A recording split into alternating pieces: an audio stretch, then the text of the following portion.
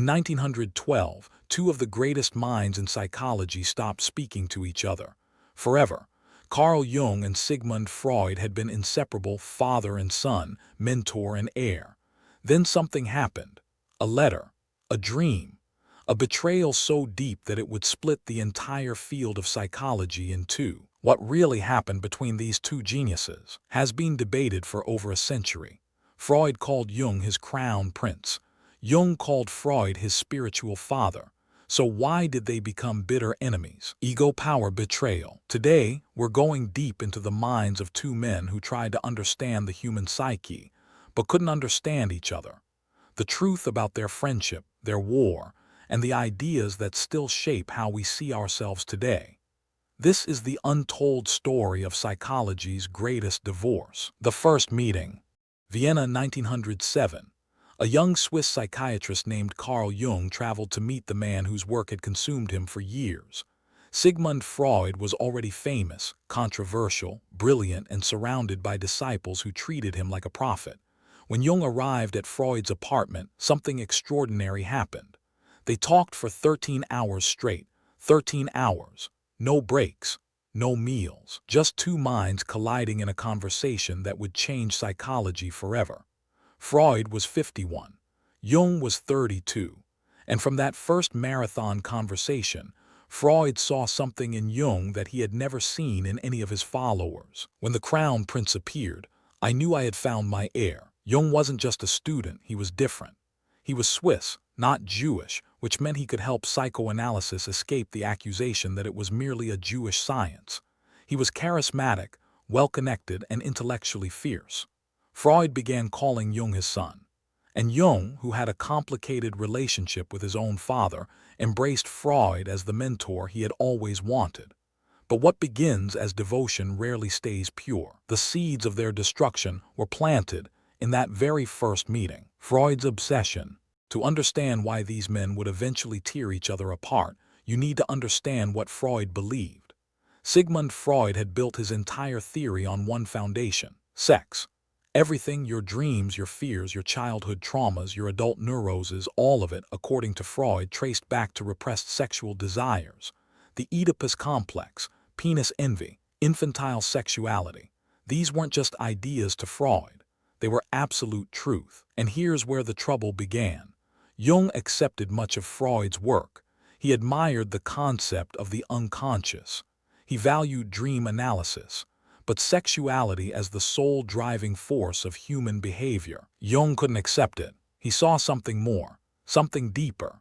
Jung believed there were other forces, spiritual forces, creative forces, a collective memory shared by all humanity.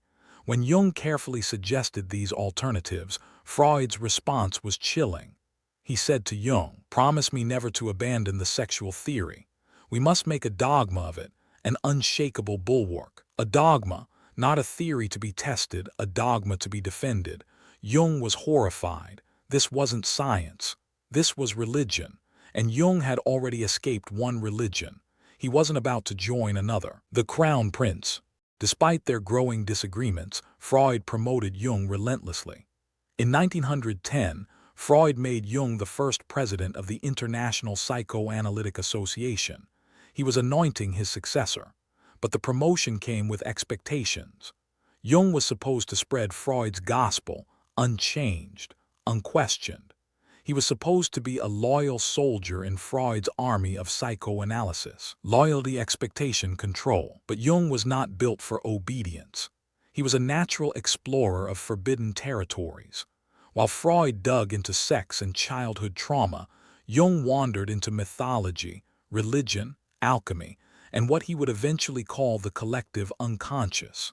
If the story of Freud and Jung is resonating with you so far, hit like and subscribe for more forgotten history that shapes our world, because what comes next will shock you even more.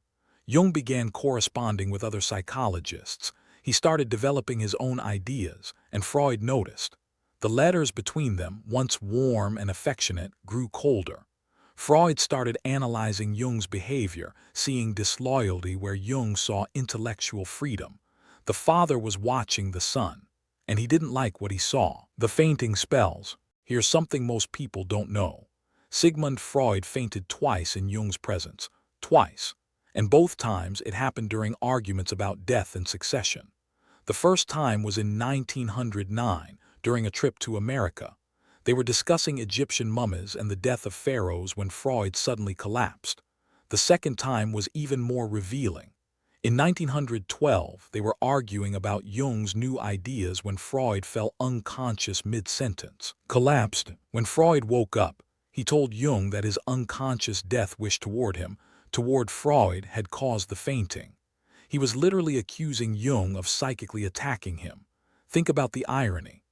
The father of psychoanalysis, the man who taught the world about unconscious motivations, was so threatened by his student that his own unconscious shut him down. Jung later wrote about these incidents with a mixture of pity and horror. He realized that Freud, for all his brilliance, was deeply fragile. The man who demanded total loyalty could not handle even the suggestion of independence. The crown prince was becoming a threat to the king. The breaking point. The end came through letters. In late 1912, Jung published a book called Symbols of Transformation. It was his declaration of independence, a direct challenge to Freud's sexual theory. Jung argued that libido wasn't just sexual energy.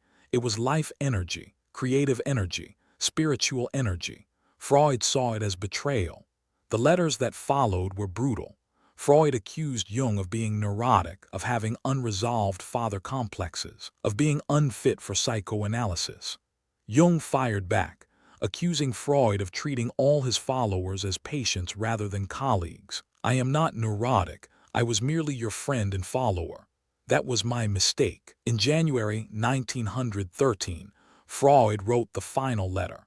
He said he was terminating their personal relationship. 6 years of friendship, mentorship, and collaboration ended with a single paragraph. They never spoke again. Not once. For the remaining decades of their lives, Freud until 1939, Jung until 1961, they existed in the same field, worked on the same problems, but never exchanged another word. The divorce was complete, but the consequences, they were just beginning. Jung's dark night. After the break with Freud, Jung entered what he later called his confrontation with the unconscious. It was, by his own admission, the most terrifying period of his life. For 6 years, from 1913 to 1919, Jung descended into visions, dreams, and experiences that bordered on madness. He heard voices. He saw figures. He communicated with entities that seemed to come from somewhere beyond his conscious mind. Visions, madness, transformation. He documented everything in what became known as the Red Book, a massive, hand-illustrated journal that he kept secret for decades. Most psychiatrists would have diagnosed themselves as schizophrenic. Jung chose a different path. He decided to explore these experiences rather than suppress them.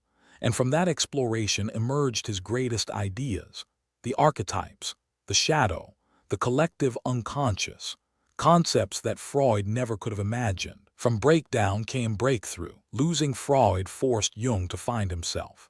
The father's rejection became the son's liberation.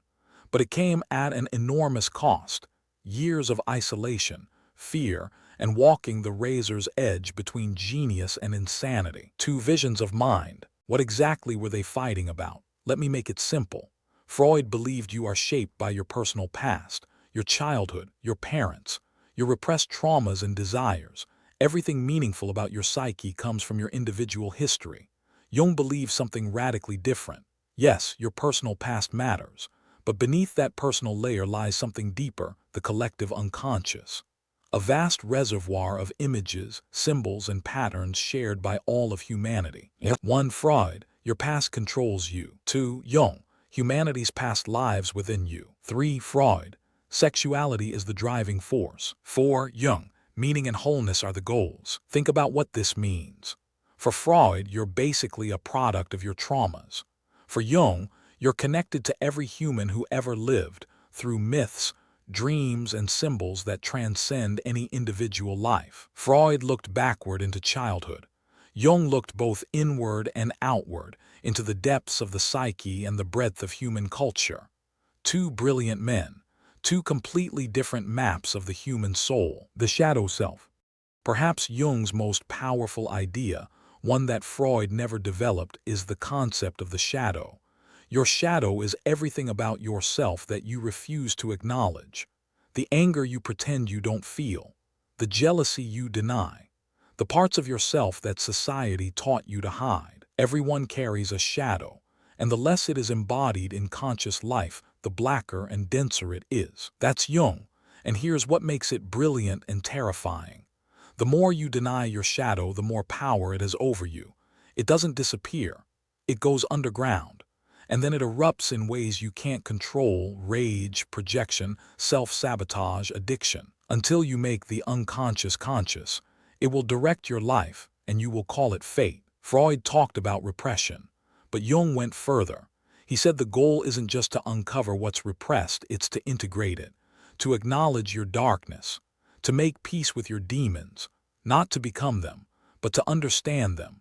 This is shadow work, and it has transformed everything from therapy to personal development to our understanding of why good people sometimes do terrible things. Legacy of war. So who won? The honest answer is both of them, and neither. Freud's influence dominated psychology for decades. Psychoanalysis became the standard treatment. The unconscious, dream interpretation, the talking cure, these became mainstream because of Freud. But here's what happened next. As psychology became more scientific, Freud's theories came under attack. His ideas about sexuality seemed outdated. His methods couldn't be empirically tested. His focus on the past felt limiting. Science tests evidence. Meanwhile, Jung's influence quietly grew. His ideas about archetypes entered literature, film, and storytelling. Joseph Campbell built his hero's journey directly on Jung's work. The Myers-Briggs personality test, based on Jung's psychological types. The concept of introvert and extrovert. Jung invented those terms. Every time you take a personality quiz, you're using Jung's framework. Today, while Freud remains historically important, Jung's ideas feel strangely modern. Spirituality, meaning, the integration of opposites, the search for wholeness. These speak to a generation hungry for something deeper than materialism. The final lesson. What can we learn from this war between titans? Perhaps this: even geniuses are human. Freud, for all his insight into the unconscious, couldn't see his own need for control. He demanded loyalty as a replacement for love. He built a movement that required obedience rather than exploration. Jung, for all his courage in exploring forbidden territories, wounded the man who had championed him. He couldn't find a way to differentiate without destroying. He gained his freedom at the cost of a relationship that had shaped him. The meeting of two personalities is like the contact of two chemical substances. If there is any reaction, both are transformed. Both were transformed by their collision. Freud became more defensive, more rigid. Jung became more expansive, more spiritual. And psychology became richer because they fought. Sometimes the greatest discoveries come from the greatest conflicts. Their battle gave us two complete maps of the human mind instead of one. We can choose Freud's path when we need to understand our past. We can choose Jung's path when we need to find our meaning. The war divided psychology, but it also multiplied its wisdom. Freud died in 1939, exiled from Vienna by the Nazis, still bitter about the disciple who abandoned him. Jung died in 1961, having built a completely different approach to the human psyche, still wounded by the mentor who rejected him. They never reconciled. Pride, stubbornness, regret. But here's what matters. You carry both of them inside you.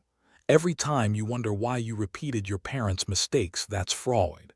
Every time you sense something larger than yourself in a dream or a myth, that's Jung. Every time you recognize your own shadow, your own darkness, and choose to understand it rather than deny it, that's the gift of their conflict. Their battle gave you tools to understand yourself. If you made it this far, comment shadow integrated if this changed how you see your own mind. Because understanding these two men means understanding the hidden forces that shape your every thought, your every choice, your every relationship. The truth is never comfortable, but it's always worth knowing. History has more to teach us. Subscribe if you want to learn. Until next time, stay curious, stay vigilant.